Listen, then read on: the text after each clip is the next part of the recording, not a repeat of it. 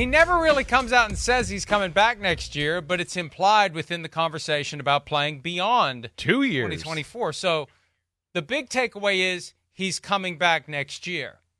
The subtext is maybe he'll be there 2 more years. And that's encouraging for Jets fans, although I think after what happened this year, they're probably going to be on guard for whatever shoe is going to drop on their heads next year with all this. Like, if you're a Jets fan, you have to just assume something is going to happen to keep you from ever being happy. Something is going to happen to keep the team from ever being what it can be.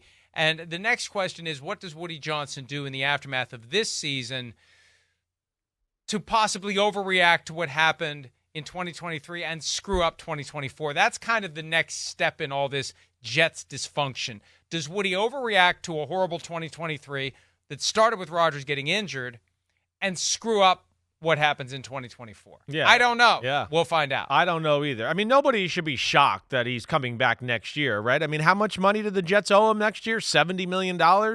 Aaron Rodgers, I know he's got a lot of money, but it ain't that much to where he's going to walk away from that kind of money. So that's not shocking. To say the second year after that, yeah, that's a pretty big, bold statement, right? And for a guy that, one, I don't doubt that he watched what you said on Monday, and that's why he said what he said yesterday, because one thing that has been made clear to me about Aaron Rodgers over the last few years is even though he says he doesn't pay attention, he pays attention to all of this stuff more than anybody, I think, in the sport. I don't even think it's even close. He seems to know everything about everybody. So he's paying attention. Now, what was the reasoning behind saying all of that? I think that's the thing that I certainly want to know or question, right? There's 2 ways I think you could look at it. Like, is he saying, I'm going to stay here for 2 years to be like, hey, we're going to build something and I want Robert Saleh and everybody to be here to build this? Or is he saying, hey, I'm going to be here for 2 years and, hey, maybe if you let go of Robert Saleh, that next coach, hey, I'm going to be here for 2 years. Your quarterback situation's figured out. I think there's things like that I certainly wonder, being around the NFL, knowing Rodgers, knowing the way he works and how calculated he is, certainly made me wonder all of those things. I think Aaron Rodgers is always up to something. And I don't mean that in a negative way. He's strategic. He has a plan. Miles and I yesterday, when we were just kind of spitballing on the situation with the Steelers and Mike Tomlin's future, and I looked at the standings and I tried to just glean which teams could be potential fits for Mike Tomlin. As we were having that conversation, I remembered the moment in a Steelers-Packers game where there was an exchange of mutual glances, admiration shared between Aaron Rodgers and Mike Tomlin. Well done, control room. Got the finger on the trigger today after I asked for it yesterday, but still, well done. Wouldn't Mike Tomlin, because I've been saying all year, and look, I'm just trying to read the tea leaves. I'm trying to stay ahead of where the ball is. I'm not saying Robert Saleh shouldn't have a job. All I'm saying is, given how this year has gone, is it crazy to wonder whether or not Aaron Rodgers is cooking up a plot, a scheme, a move to try to get Mike Tomlin to the Jets?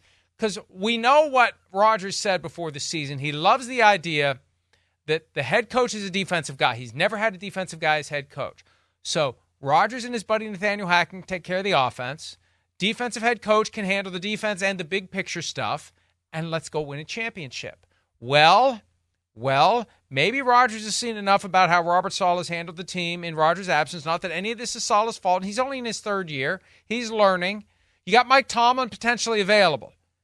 When you look at that video, when you consider the regard that Rodgers undoubtedly has for Tomlin, and we know how Rodgers is, would it be shocking to think that Rodgers is trying to find, just like kids across the globe are trying to find a way to get Santa to give them what they want on Christmas morning? Is Rodgers trying to come up with a way to get Woody Johnson to maybe give him Mike Tomlin? I don't think it's crazy to entertain the possibility of Rodgers entertaining that possibility.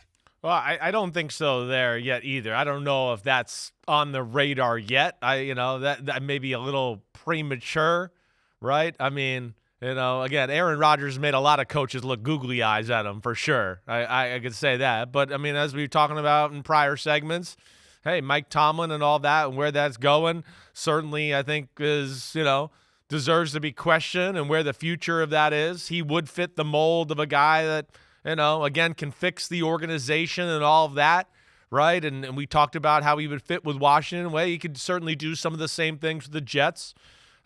This is another one that's just interesting because, hey, Robert Saleh, there's a lot to like. There's no doubt about that. You're right. And, of course, this situation with Rodgers was really hard for their team to overcome. And some of the issues that presented, they weren't all Robert Saleh's fault.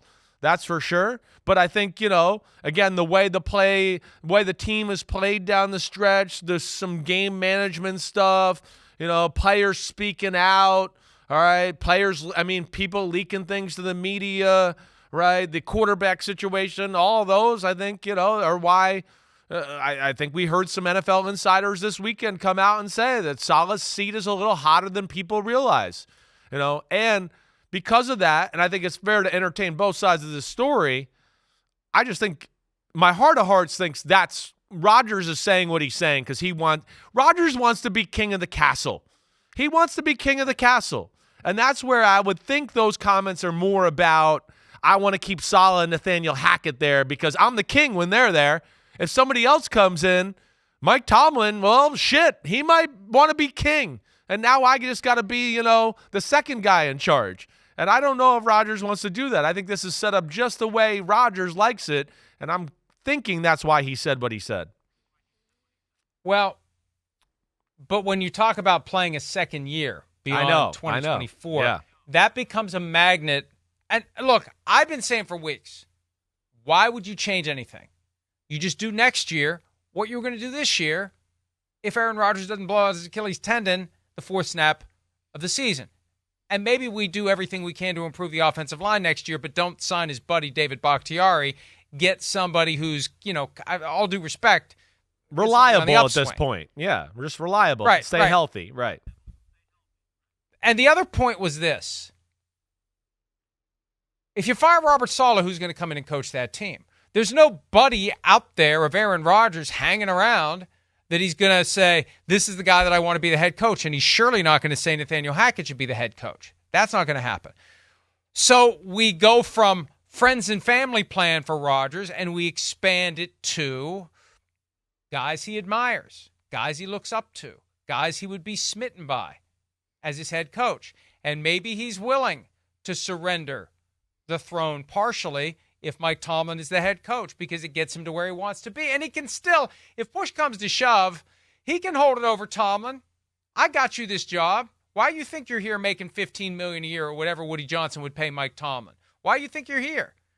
Aaron Rodgers is the most powerful person in the entire Jets organization. Yeah, well, that's where they got to figure it out. Giving back $33.5 million to Woody Johnson went a long way toward giving Aaron Rodgers power. And I'm telling you, if Aaron Rodgers wants Mike Tomlin, number one, he won't be bashful about telling Woody Johnson. And number two, Woody Johnson will think about how do I get Mike Tomlin here. And I'm whether it's and that's the thing. If it's not Tomlin, who is it? Who Belichick? Nah, I don't think it's Belichick. But I feel like Aaron Rodgers is up to something, Chris, because I've followed Aaron Rodgers closely enough over the years to know he's always up to something. Yeah, and I don't mean that as an insult. Right. It's better to be up to something than to just float through life, letting the wind take you wherever it does. Well, they just got to be careful. That's all I will say. That's for sure. They can't, bend the whole organization and put it in a pretzel all over Aaron Rodgers, okay? I think the world of Aaron Rodgers. Yeah, I know they have, but they got to make sure they don't, maybe tie 7 more knots along the way here that hamstrings their future. That's what I would worry about. Again, it's a 40-plus-year-old quarterback. Can they still win with Aaron Rodgers? Of course, but there's a formula. Aaron Rodgers is no longer in I carry the team mode type quarterback. He's not in the same stratosphere as Josh Allen, Patrick Mahomes, Joe Burrow. They're in a whole nother world than he is. So that's where they got to be careful about, trying to appease him so much. This is not Aaron Rodgers' prime, where you certainly would do that. This is Aaron Rodgers. I don't want to hold the ball in the pocket. I'm going to get the ball to my hand and leave big plays on the field. And that's something that I think they got to, certainly think about.